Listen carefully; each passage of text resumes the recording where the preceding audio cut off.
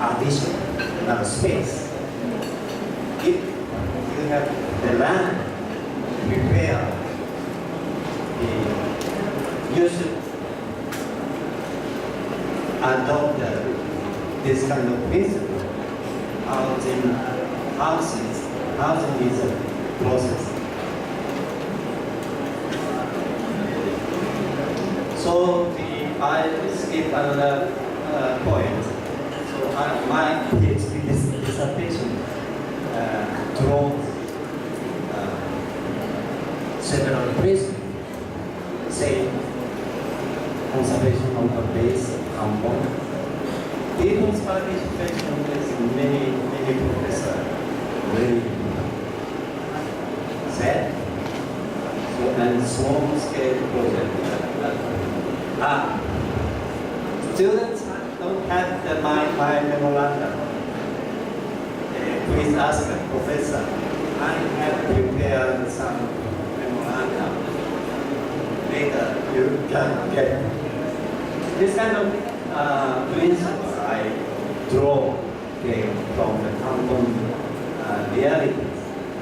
Small scale projects, stepwise approach, and so on. So, this kind of studies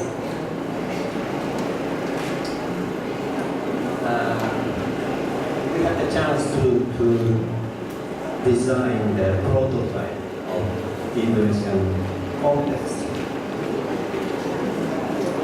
This is a so-called apartment house that professor in Indonesia called Rumah Susun. But we say castle, kampung susun. Multi-floor kampung. So the toilet and bathing place is gathered one place. And then corridor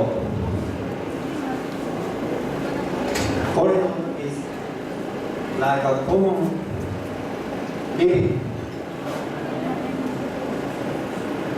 As much as common space as is the basic principle of design.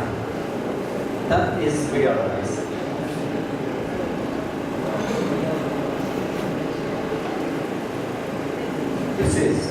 This is just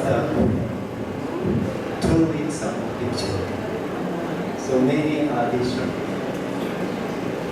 It's a problem as for the landscape point of view.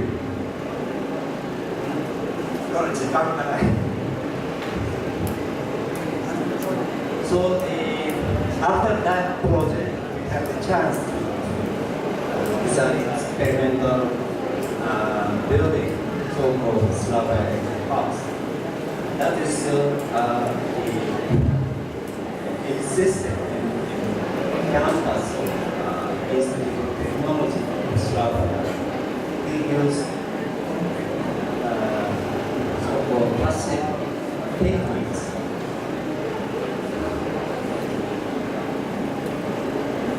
Plastic.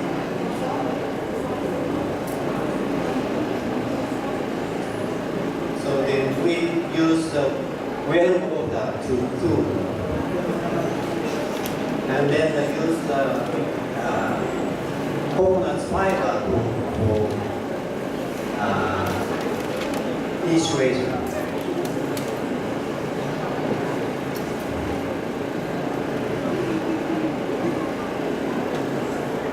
So this is the basic idea.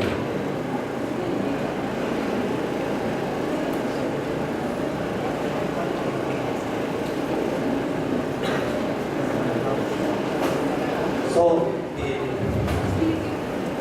sorry, I have no time to explain in detail, but based on my 30 years experience, I discussed the kind philosophy or basic principle of reconstruction and rehabilitation. So the one point, the power of nature. So the people living in big cities, metropolis in developed country, used to think we can control completely nature, but we know we cannot control Yolanda. We cannot control great tsunami. So, on the other hand, nature is very important. And Professor Espina said, mangrove is good for protection, night time or wind typhoon. So I myself seen that trees protect the fire in Great Hudson earthquake. Nature is important, and so on. I see. So.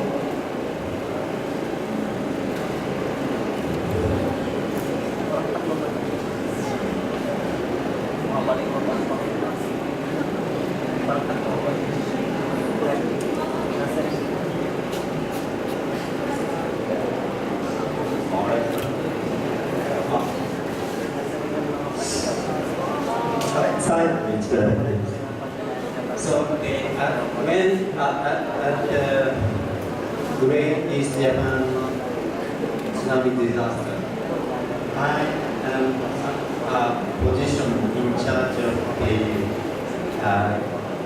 supporting recovery project, AIJ Architecture Institute of Japan. I had to summarize the long-term basic principle. That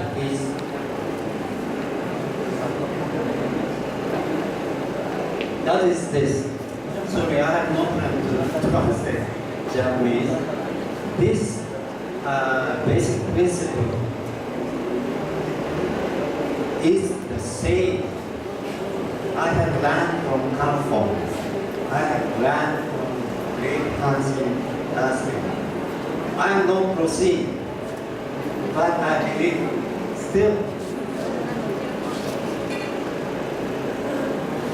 community-based approach is this point. What I like to say lastly, no conclusion. That is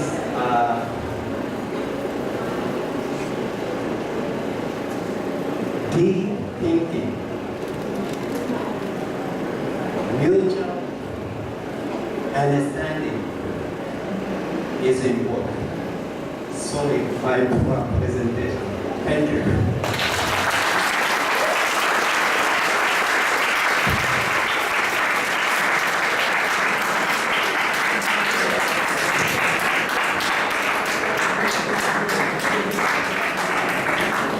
Architecture must really commune with nature. Thank you so much, Professor Shuji Funo from Nihon University. This time, we will be having again our second discussion panel. The moderator is Mr. Jesus Alberto Pulido from Seville University. We may request all the speakers from the second session, Housing and Community Rehabilitation, to please come to this platform for the second panel discussion. Mr. Tadashi Saito, Architect Andres M. Guzman, Professor Yasushi Takuichi, Professor Yuichi Ajizawa, Professor Shuji Funo, and our moderator, Jesus Alberto Pulido. A round of applause, please.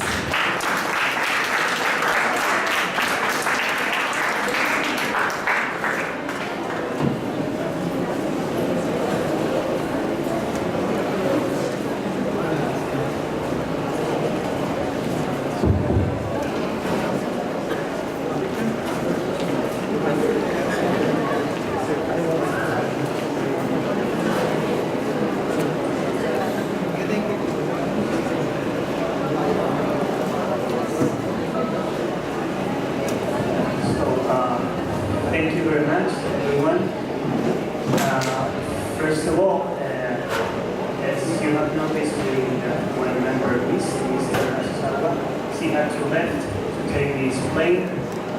So we still have other 4 speakers for the second session. To them, thank you them all for their presentations. So that we have around 30 minutes to conduct our debate and questions. This second session has been mainly centered and focused on the housing and community rehabilitation. So I think for the most interest of you, I would like to ask our moderators some questions that I think would be useful for everyone.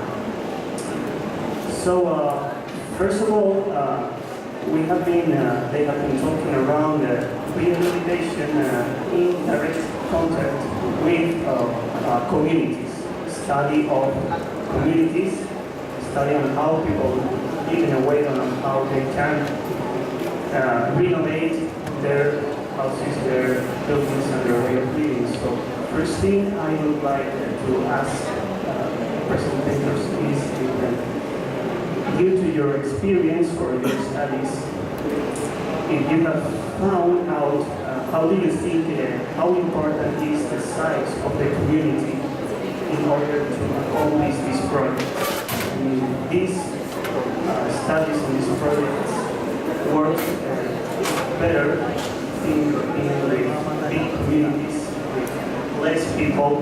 In the case, for instance, of your RAMP workshops, Professor or the process you follow in university, Mr. Guzman, or the role of the Fishermen's Association in the Bahia, or the studies about campo communities. Thank you.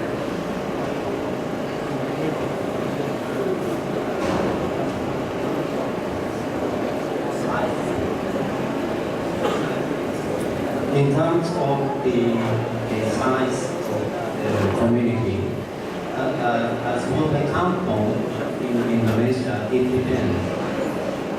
The kampong has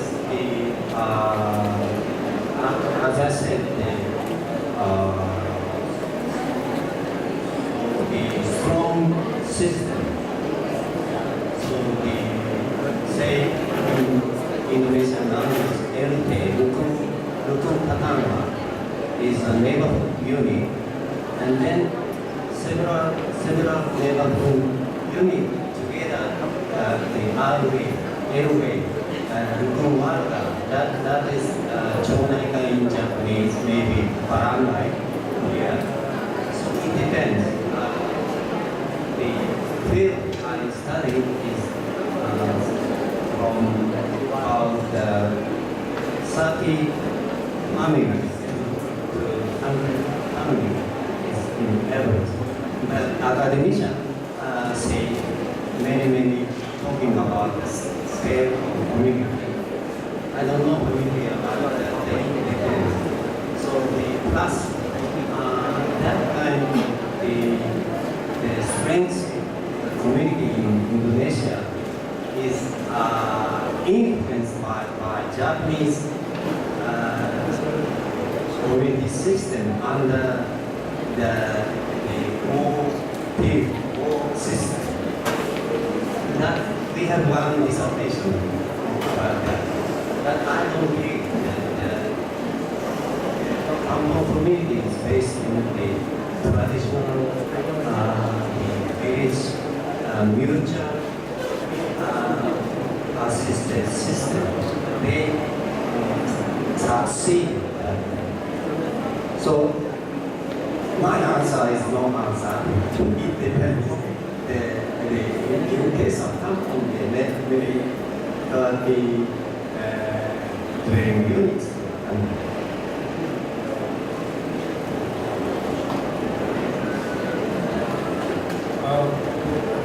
I would like to talk about the community of Bahia. I don't know actually the exact number of the member of the JF of Shizuoka branch. Maybe 1,000 people will join it. And then the Banyan was established for the first time. The Banyan is established for the JF of the Shizuoka branch. So 100 people could use it, but gradually they manage the space. Somebody should drop the storage, so they gradually getting smaller.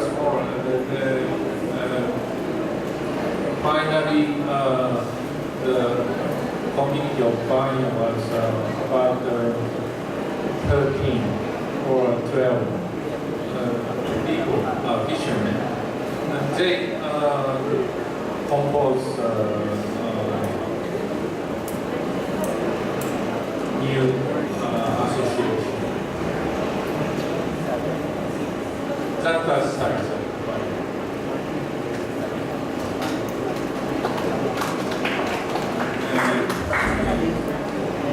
Many experience I have. For example, Zenkon bus house. It is great Hanshin earthquake. Maybe same scale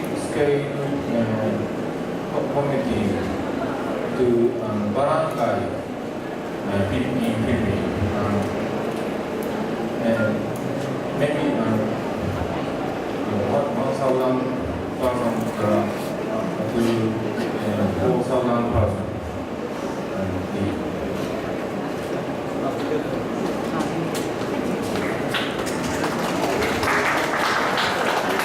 In our case, based on the experience that we had in Miranda, although the occupancy, of course, is that of an educational institution.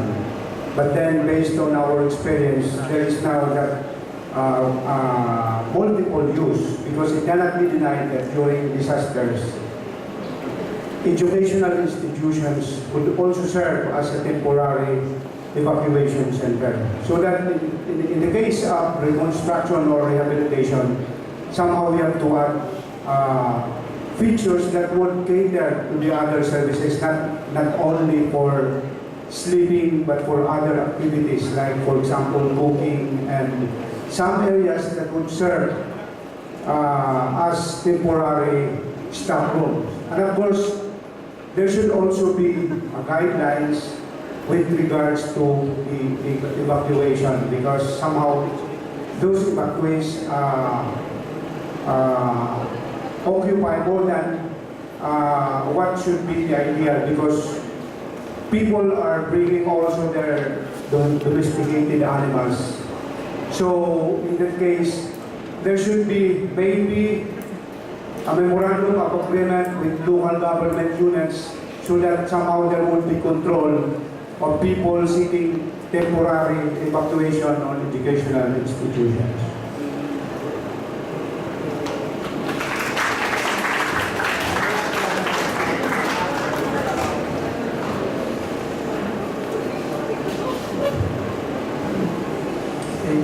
Thank you very much for your answers. Secondly, I would like to ask more than a question, but I think it should be like a debate, which I think was better from this forum. That's about the role of an architect or a designer in this kind of projects.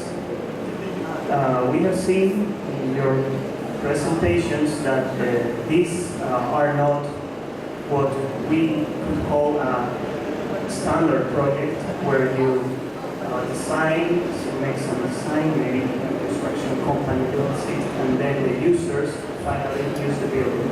You are in direct contact with the community for the first moment you start making your design. So I would like you to tell us a bit more according to your experience, how has been working directly with the community and how have you organized yourself? I mean, how you have worked together with residents, community, other authorities and other technicians. So I think it's very interesting for these young students to know how is work in this kind of community-based rehabilitation projects. Thank you.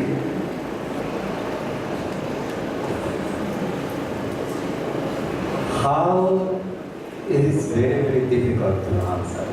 But the people say, or all, most of us say people's participation, community-based housing is important. But I myself think is that we need a leader or the coordinator or enabler. And then as for the building construction, this architect is indispensable. So of course the community as a community leader is very, very important to arrange everything. So but I think the architect is well trained to gather almost all the information and then sum up and then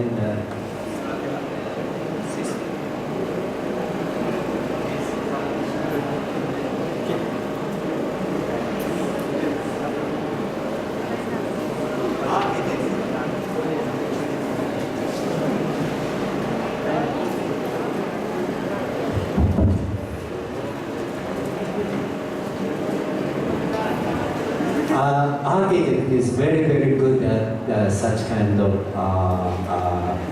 system building. So the architect has the possibility to be the leader of community organization. That's my opinion.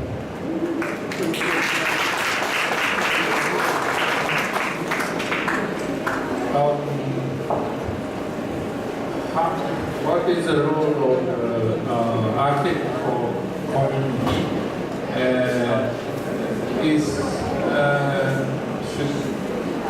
To think about it, we should think about what is community, what is the community. Community is just sometimes it is rigid, but sometimes it's not rigid and changing, always changing. Sometimes it changes drastic. But as an architect, we have to plan, make clear, and then have to build. So it is there is some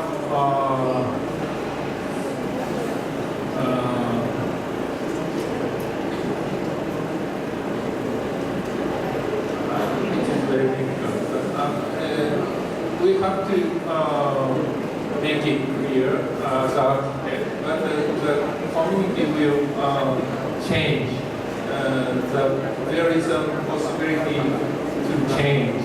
So, as an architect for community, we have to plan for the change in future. Not make it. We have to plan in the future. It is not clear explanation, but I couldn't explain more. I'm sorry.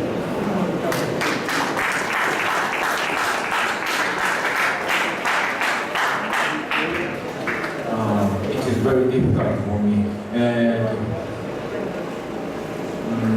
when I was young, I was children, and my dream is carpenter and Thunderbird. You know Thunderbird?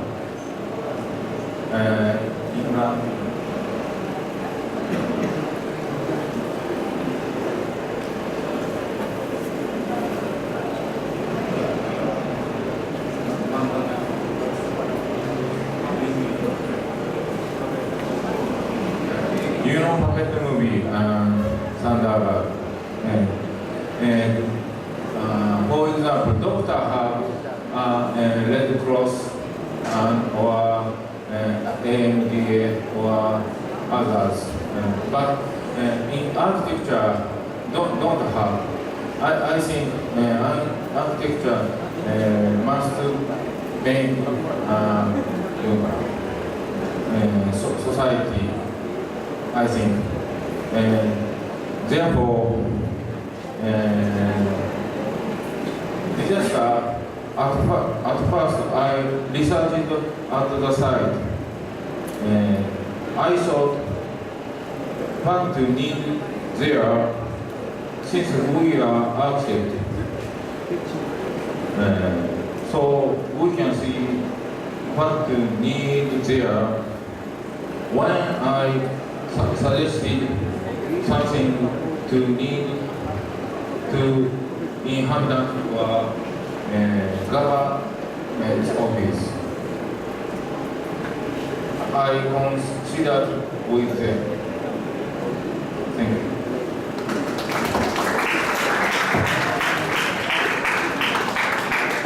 The role of an architect is he or she is the prime professional who do the design. Although the design is a collaborative product from a design or professional team that may consist of electrical engineers, structural engineers, mechanical, geodetic, and other professionals. Still, the architect's role is the primary designer of buildings and structures. Of course, may it be a simple residential or for a certain community, he do all the needed gathering of data and information. He do a lot of consultative works with the different stakeholders. So he produces the design according to the needs and the requirements of the clients, considering all other factors as to the strength, economy, and all that would be needed to produce a good or very beautiful, let's say, the three elements that are beauty, strength, and utility. That's the role of the architect.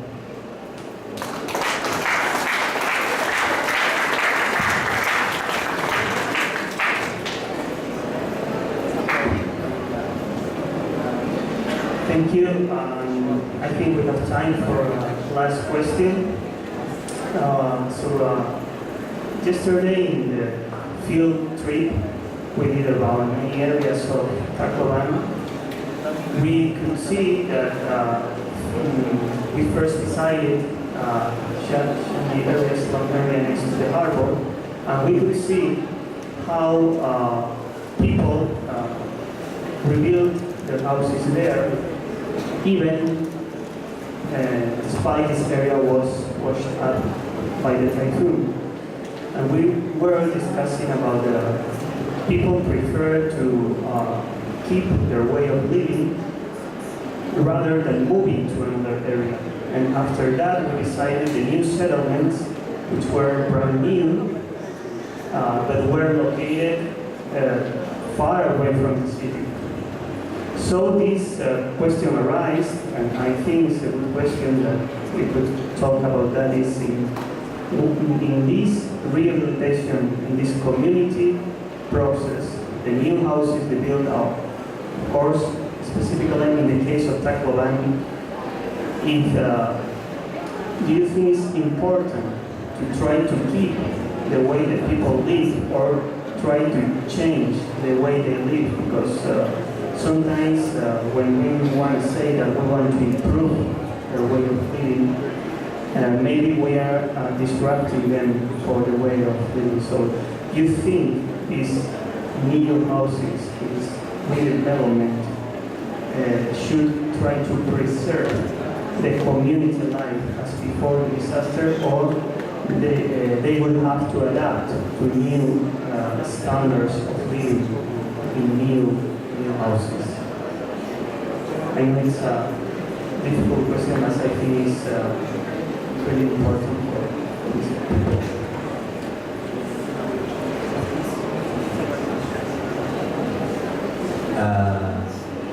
So the people's preference of the house type or so it's need a big debate. So for last delegation from Japan, temporary housing, temporary transitional house is better than permanent one. But as the inhabitants, people like the permanent that time. That I have experience in Indonesia and in Thailand over the same problem. But the people themselves decide that. But as for the resettlement project, we have already experienced, many experience. I showed the 4-house project in Manila, 20 kilometers from the city center. That case, not with I say the half, several percentile, maybe 20 percentile go back to the city center because the job opportunity. So here, Tacloban, now you resettle not so far distance, but the job opportunity, supply job is very good. And again, the house itself is no time to discuss here, I think.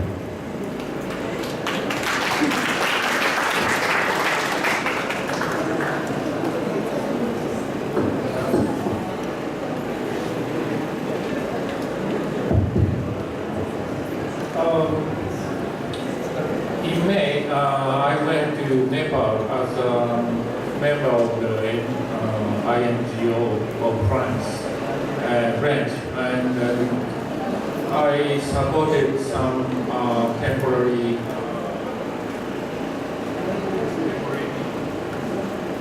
housing materials to them.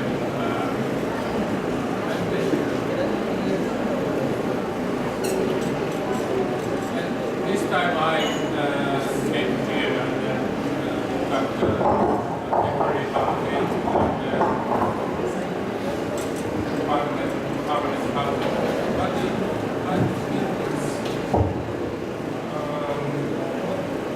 there is I felt there is a separated. So I would like to say it is much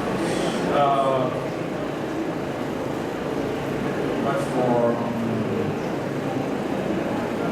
how to say, for example, they can carry the temporary housing material to the permanent housing. For example, I think it's should be more gradually, how to say, from them and then use with each other, I think. So.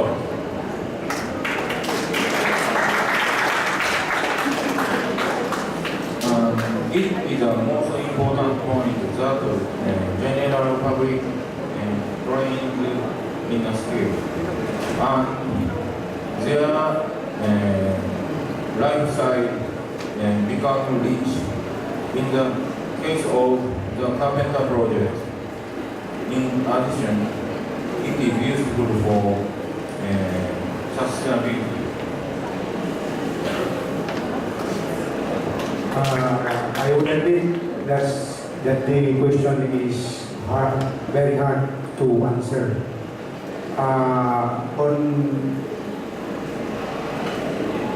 On my opinion, now with regards to resettlement, one of the steps should be that of the consultation of those concerned people, the beneficiaries, for resettlement or relocation of their houses. Then this could be an option, or there would be no forced resettlement for those people who will be opt to live in that particular place because of their way of living. So I am saying that maybe fishermen would not opt or go with the resettlement project because for the simple reason that they live there. Now, if they will go with the resettlement, then of course their way of living would be sacrificed.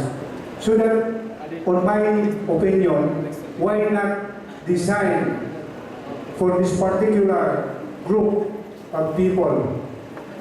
Why not do a design wherein all considerations would be taken, that of disaster risk, so that in that case they will be safe because they are their residential houses, or in that case residential houses were designed with that the considerations of calamities. So in the same way, those it might be easy to say, but as I've said, this could be the dilemma of the urban planners or city planners, because it would really be based on people who have that experience. They say that they really go back to their place, the original place, because of their way of living. So as I've said, there should be a consultation on the different stakeholders, even the law enforcing agencies with regards to shelter. Thank you.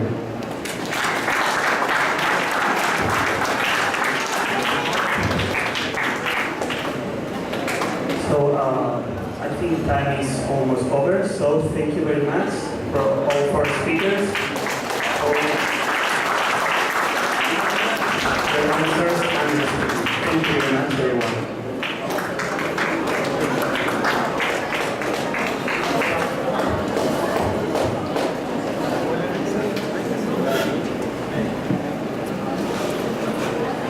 Thank you so much to our speakers,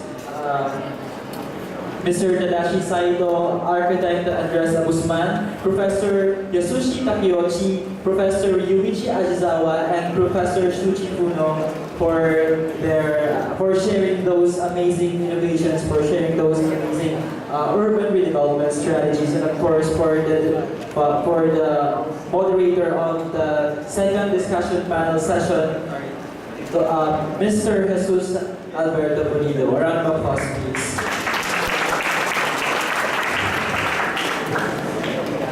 Before we proceed to our third session, we will be having first a coffee break, 20 minutes coffee break.